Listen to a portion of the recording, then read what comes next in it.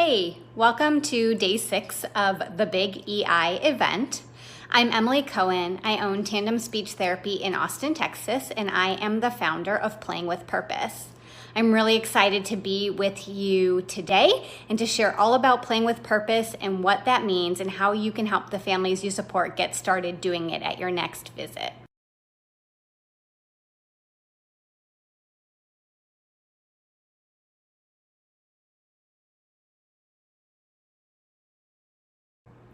So today I want to share with you the 4 things that I teach or I model for every family I work with on the very first visit I am in their home.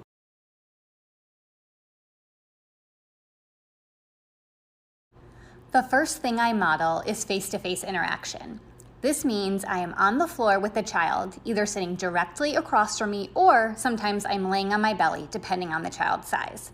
I want to teach parents how to identify and respond to as many of their child's messages or attempts at communication, whether it is a gesture, eye contact, a single word, a sound, or a phrase, because when we create that positive back and forth exchange, we set up the foundation for new communication skills. The next thing that I help parents do is simplify their environment. This may mean turning off the television, which can be a tricky conversation, or it may mean putting away all those toys with bells and whistles. You know, the ones where the toy does the work and not the child. This will help the child build sustained attention and focus more on their communication partner.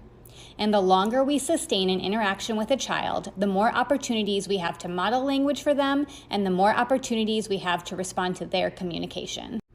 My third tip is to be intentional when modeling words in early play interactions. I like to think about the sounds already in the child's repertoire or the sounds we may expect to hear from them based on their age. For example, if I know a child uses the M phoneme when babbling or to say mama, then I'm going to think about vocabulary that contains that M phoneme.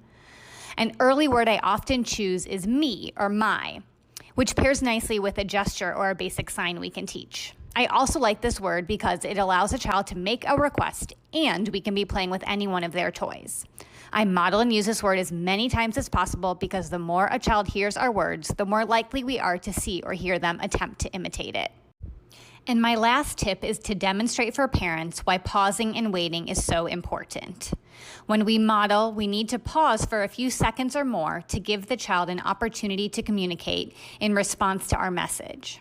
Ideally, this is them imitating or attempting to imitate our word, the gesture we used, or the sound we produced. Because again, we want to set up that positive feedback loop where the child communicates and we respond, so the child communicates again.